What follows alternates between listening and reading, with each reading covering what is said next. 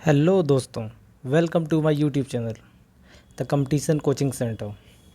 दोस्तों, आज हम लोग रीजनिंग के एक और न्यू पार्ट को देखने वाले हैं। ये रीजनिंग का पार्ट नंबर 5 है। इस पार्ट के अंदर आज हम लोग रीजनिंग के मोस्ट इम्पॉर्टेंट क्वेश्चंस को देखेंगे। जैसे कि हम आप स्क्रीन पर देख पा रहे हैं, नीचे दिए गए प्रश्न में लुप्त संख्या ज्ञात कीजिए, इस तरह के क्वेश्चन है। नीचे दिए गए प्रश्न में संबंधित अक्षर को चुनिए। निम्नलिखित प्रश्नों में दिए गए विकल्पों में से विषम शब्द को चुनिए।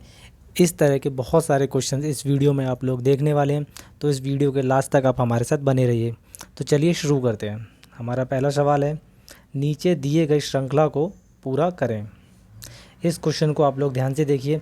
इसमें दिया गया है 12, 9, 13, 16, 25, 49, 34।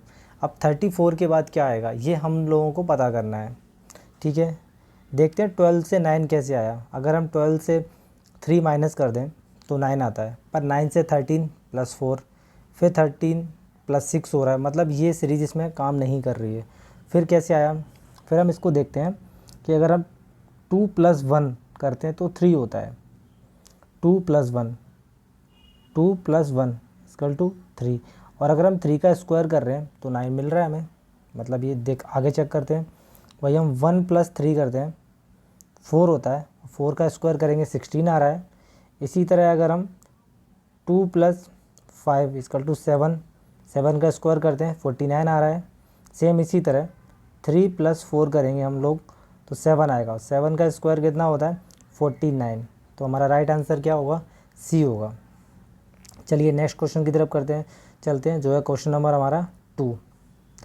क्वेश्चन नंबर 2 में हम लोग जैसे कि देख पा रहे हैं, नीचे दिए गए प्रश्न में लुप्त संख्या ज्ञात कीजिए। इसमें क्या हमें फाइंड करना है, मिसिंग नंबर फाइंड करना है। ठीक है, अब ये देखते हैं, ये 23 ये बड़ा है, 50 बड़ा है, तो 23 और 50 ये कैसे बना है, हम इसको फाइंड करने की कोशिश करते हैं। ठीक है, पहले हम प्लस करेंगे। 3 + 5, 3 और 5 को प्लस करेंगे तो 8 आता है। 8 और 8 16, मतलब ये 23 नहीं बन रहा है। ठीक है, 7 6 13 और 8 ये भी नहीं बनेगा 50। फिर क्या करेंगे हम लोग, एक काम करते हैं, 3 × 5 करते हैं 15। 15 + 8 23 मिलता है हमें। 7 6 42, 42 + 8 50 मिल रहा है। इसी तरह हम इसको हम पहले मल्टीप्लाई करेंगे फिर प्लस करेंगे। 9 6 54, 54 + 8 58, 58 हमारा किस में ए इसका क्या सही आंसर होगा। चलिए नेक्स्ट क्वेश्चन की तरफ चलते हैं, जो है हमारा क्वेश्चन नंबर 3। नीचे दिए गए प्रश्न में संबंधित शब्द को चुनिए। तो जैसे मच्छर है, मच्छर से क्या मलेरिया हो जाता है हमें, तो तंबाकू से क्या होगा, मच्छर से मलेरिया होता है, तो तंबाकू से कटाव नहीं होगा। भोजन रॉन्ग, दुर्घटना ये भी नहीं, कैंसर हाँ, तंबाकू खाने से कैंसर होता है, सभी को पता है। ठीक है, तो इसका राइट आंसर होगा डी, तंबाकू खाने से कैंसर होता है। नेक्स्ट क्वेश्चन की तरफ बढ़ते हैं हम लोग। निम्नलिखित प्रश्नों में से दिए गए विकल्पों में से विषम शब्द को चुनिए। इसमें हमें क्या फाइंड करना है, हमें विषम शब्द फाइंड करना है। तो काटना, बांटना, विभाजन, एकता। काटना, बांटना, विभाजन, ये मतलब ये तीनों एक ही शब्द हैं। काटना, बांटना, विभाजन ये तीनों एक ही शब्द हैं, पर एकता ये अलग शब्द है। तो इसका राइट आंसर होगा डी, एकता। नेक्स्ट क्वेश्चन की तरफ बढ़ते हैं, जो कि है हमारा क्वेश्चन नंबर 5। नीचे दिए गए प्रश्नों में संबंधित अक्षर को चुनिए। बहुत अच्छा क्वेश्चन है। हम लोग देख रहे हैं AHR क्या दिया हुआ है, AHR CKV KMO, AHR CKV KMO। अब नेक्स्ट शब्द क्या आएगा यहाँ पर, हम इसे फाइंड करने की कोशिश करते हैं। चलिए ए से हम फाइंड करेंगे, ए से सी कैसे बन रहा है। अगर हम देखें ए से सी हमारा बन रहा है +2 करने पर, +2 किया हमने। वहीं एच से अगर हम देखें, एच से हमारा के बन रहा है +3 करने पर। और फिर उसी तरह हम आर से अगर हम वी को देखेंगे तो हमने यहाँ पे +4 किया। तो सेम इसी तरह KMO, अगर हम के में +2 करेंगे तो हमारा आता है एम में अगर हम +3 करते हैं तो हमें मिलेगा P।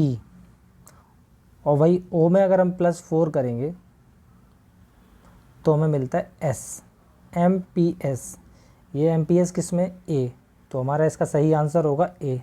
चलिए नेक्स्ट क्वेश्चन की तरफ चलते हैं, जो है हमारा क्वेश्चन नंबर 6। ये क्वेश्चन नंबर 6 जो है बहुत ही इंपॉर्टेंट क्वेश्चन है। ये अक्सर एग्ज़ाम में पूछा जाता है और बच्चे इस क्वेश्चन में बहुत बार गलती करते ही करते हैं। तो इस क्वेश्चन को ध्यान से देखिए और सॉल्व करने की खुद से कोशिश कीजिए। पहले खुद से इसको ट्राई तो करिए कि मतलब ये क्वेश्चन कैसे सॉल्व होगा। एक बार इसको क्वेश्चन को सॉल्व करने की कोशिश करते हैं, फिर मैं आपको बताता हूँ। चलिए इस क्वेश्चन को सॉल्व करने की कोशिश करते हैं। क्वेश्चन नंबर 6, इसमें दिया गया है यदि ए का अर्थ प्लस है और बी का अर्थ भाग है और सी का अर्थ गुणा है तथा डी का अर्थ माइनस हो तो क्या आंसर होगा इसका। ठीक है, पता करने की कोशिश करते हैं। अगर हम बी की जगह पे भाग कर दें, ए की जगह पे प्लस कर दें और हम सी की जगह पे गुणा कर दें, ठीक है, तो अब ये इक्वेशन क्या बनेगी, 44 डिवाइड बाई 11, ए का अर्थ है +6, सी का अर्थ है गुणा 9। ठीक है, तो जैसा भी हम लोग देख रहे हैं तो यहाँ पे आएगा 4 + 9 × 54, कितना हुआ 58 आंसर होगा। ठीक है, पहले हमें डिवाइड करना है, फिर मल्टीप्लाई करना है, फिर प्लस माइनस करना है, तो इसका आंसर होगा 58।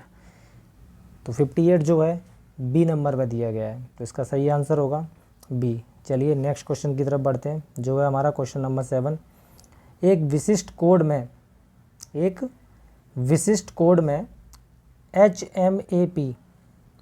HMAP को SNZ के लिखा जाता है, उसी कोड भाषा में BTLO को किस प्रकार लिखा जाएगा।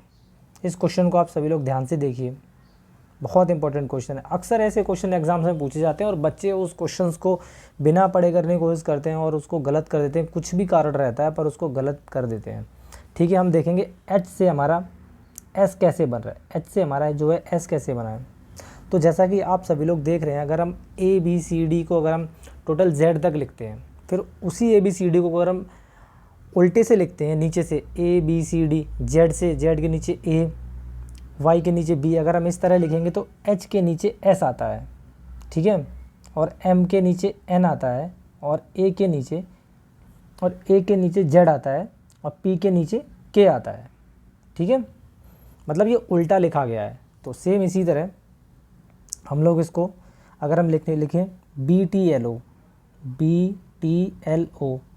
ठीक है, तो अगर हम B के नीचे देखेंगे तो Y आता है, वही हम T के नीचे देखते हैं तो G आता है, L के नीचे देखेंगे तो O आता है, और O के नीचे देखेंगे तो L आता है। ठीक है, तो ये YGOL ये हमें किस में मिलता है, A में मिलता है, तो इसका सही आंसर होगा A नंबर। नेक्स्ट क्वेश्चन है हमारा क्वेश्चन नंबर 8, बहुत ही इम्पोर्टेंट क्वेश्चन है। हमेशा एग्ज़ाम में इस तरह के क्वेश्चन पूछे जाते हैं। एक व्यक्ति दक्षिण की ओर 12 मीटर चलता है, फिर बाईं ओर मुड़कर 16 मीटर चला, उसके बाद फिर बाईं ओर मुड़कर 12 मीटर चला। अंत में वह अपनी प्रारंभिक स्थान से किस दिशा में किस दूरी पर है। ठीक है, मतलब वो अपने प्रारंभिक, अगर मान लो वो यहाँ से चला तो वो इसी जगह से वो किस दिशा में है, नॉर्थ, वेस्ट, साउथ, ईस्ट, किस दिशा में है और कितनी दूरी पर है। ठीक है, हम इसको फाइंड करेंगे। एक व्यक्ति दक्षिण की ओर, अगर वो एक व्यक्ति यहाँ पर खड़ा है, सपोज कर कीजिए, अगर एक व्यक्ति यहाँ पर खड़ा है तो दक्षिण हमें पता है नीचे की तरफ है, तो नीचे की तरफ वो जा रहा है, कितना जा रहा है, 12 मीटर। ठीक है, उसके बाद क्या बोला उसने कि वो बाएं मुड़कर 16 मीटर चला, तो इसका बाएं हमें पता है इस इधर को होगा, तो बाएं मुड़ा वो और 16 मीटर चलता है। ठीक है, फिर वो उसके बाद फिर बाएं मुड़कर 12 मीटर चला, फिर से वो बाएं मुड़ गया और 12 मीटर चलता है। अंत में वह अपनी प्रारंभिक स्थान से किस दिशा में है, तो इन्होंने पूछा है वो अपने प्रारंभिक स्थान से किस दिशा में है, तो इसका प्रारंभिक स्थान ये है, और कितनी दूरी पर है, ठीक है। तो दूरी तो उसकी ये हो गई 16 मीटर। अगर ये दक्षिण है, दक्षिण है, ठीक है, तो ये किस तरफ है? तो जैसा कि हम जानते हैं ENWS, अगर ये दक्षिण में है तो ये ईस्ट की तरफ होगा, मतलब पूर्व की तरफ होगा। तो पूर्व में 16 मीटर, पूर्व में 16 मीटर इसका सही आंसर होगा, जो कि है डी नंबर में। चलिए नेक्स्ट क्वेश्चन की तरफ बढ़ते हैं। क्वेश्चन नंबर 9, यदि किसी माह का चौथा दिन शुक्रवार है तो निम्नलिखित में से कौन सा दिन उसी माह के 25वें दिन के बाद तीसरा दिन होगा? यूपी पुलिस कांस्टेबल 2019 का सवाल है। बहुत ही अच्छा सवाल है, बहुत आराम से आप इस क्वेश्चन को सॉल्व करने की कोशिश कीजिए। क्वेश्चन को पहले ध्यान से पढ़िए, क्वेश्चन क्या कह रहा है। यदि माह का चौथा दिन शुक्रवार है तो निम्नलिखित में से कौन सा दिन उसी माह के 25वें दिन का तीसरा होगा? मतलब उसने कहा अगर किसी महीने का चौथा दिन शुक्रवार है तो उसी महीने में 25वें दिन के बाद तीसरा दिन जो आएगा वो कौन सा होगा, ठीक है। चलिए पता करने की कोशिश करते हैं। फोर्थ डे जो है वो है, तारीख ये चौथा क्या कह रहा है, किसी दिन माह का चौथा दिन शुक्रवार है, ठीक है, क्या शुक्रवार है ये, ठीक है। अगर हम इसमें 7 प्लस करते हैं, +7, 11वां भी शुक्रवार होगा। फिर अगर हम इसमें 7 प्लस करते हैं 18, वो भी शुक्रवार होगा। फिर अगर हम इसमें 7 प्लस करते हैं 25, वो भी हमारा शुक्रवार होगा, वो भी हमारा शुक्रवार होगा। तो हमें पता है हमारा 25वां दिन शुक्रवार है। तो 25 से नेक्स्ट कौन सा आता है? 26, 27, 28। तो उसने पूछा तीसरा दिन कौन सा हो, मतलब 25 के बाद तीसरा दिन हमारा कौन सा होता। तो अगर हमारा 25 को शुक्रवार आ रहा है तो 26 को हमारा आएगा शनिवार, ठीक है। 27 को आएगा हमारा रविवार, ठीक है। और 28 को हमारा आएगा सोमवार। तो सोमवार हमारा किसमें? डी में है। तो हमारा डी आंसर होगा सोमवार, इसका सही उत्तर होगा। ये कैलेंडर का क्वेश्चन है, बहुत इंपॉर्टेंट क्वेश्चन है। अक्सर ऐसे क्वेश्चन पूछे जाते हैं, 2019 में ये क्वेश्चन आया हुआ है। तो आप इसे ध्यान से देखिए। अगर इसमें कोई भी डाउट होता है आप कमेंट्स में मुझसे पूछ सकते हैं, आपके कमेंट्स का जवाब दिया जाएगा। नेक्स्ट क्वेश्चन की तरफ बढ़ते हैं, जो है क्वेश्चन नंबर 10। पी क्यू और आर, क्या क्वेश्चन कहता है? पी क्यू और आर का भाई है, एस आर की माँ है, एस जो है वो आर की माँ है, टी पी का पिता है। निम्नलिखित में से कौन सा कथन निश्चित रूप से सत्य नहीं हो सकता? ये रेवेन्यू इंस्पेक्टर का क्वेश्चन 2014 में आया हुआ है। देख लीजिए कितना, ये जो क्वेश्चन 2014 में आया हुआ है, आप इस क्वेश्चन को ध्यान से समझिए, पढ़िए क्वेश्चन कह क्या रहा है, उसके बाद इसे सॉल्व करने की कोशिश करते हैं। क्वेश्चन में कह रहा है पी क्यू आर का भाई है, मतलब साफ है पी क्यू आर, ये तीनों भाई हुए। पी क्यू और आर का भाई है तो मतलब तीनों भाई, कह नहीं सकते मतलब पी क्यू जो है वो आर का भाई है। तो ये दोनों नहीं पता मतलब क्या है, कि बहन है कि क्या भाई है, ठीक है, पर पी पता है भाई है। पी जो है वो क्यू आर का भाई है, ठीक है। पी जो है वो क्यू आर का भाई है, तो हमें पता है क्यू आर हमें पता नहीं है कि कौन है, पर पी हमें पता है कि यहाँ वो लड़का है, भाई है, तो इसे प्लस से डिनोट करेंगे हम लोग। आगे क्या बोल रहा है? एस आर की माँ है, जो एस है वो आर की माँ है, ठीक है। एस फीमेल है तो माइनस से डिनोट करेंगे। टी पी का पिता है, जो टी है वो पी का पिता है, ठीक है, यहाँ पे हम टी लिख देते हैं जैसा क्वेश्चन में बोल रहा है। तो ये तीनों भाई बहन हैं, ये इनकी माँ है और टी इनका पिता है, तो ये इन दोनों की शादी करा देते हैं, फिर ये क्या हस्बैंड वाइफ हो गए, ठीक है। अब हमें ऑप्शंस में क्या बोल रहा है? टी क्यू का पिता है, टी जो है वो क्यू का पिता है, सही बात है, एकदम सही बात है। वैसे हमें पता क्या करना है? हमें पता करना है कथन निश्चित रूप से सत्य नहीं हो सकता, मतलब हमें रॉन्ग कथन पता करना है, ठीक है। क्यू टी का पति है, जो क्यू जो है वो टी का पति है, ये गलत बात है भाई। एस पी की माँ है, सही बात है, एस पी की माँ है, सही बात है। टी जो है वो एस का पति है, एकदम सही बात है। तो जो क्यू टी का पति है ये कभी नहीं हो सकता, क्योंकि वो उसका पुत्र या पुत्री है। तो इसका सही आंसर होगा बी।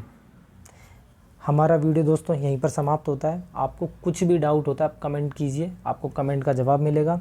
अगर आपको वीडियो अच्छी लगी हो तो इसे लाइक कीजिए, कमेंट कीजिए और शेयर कीजिए।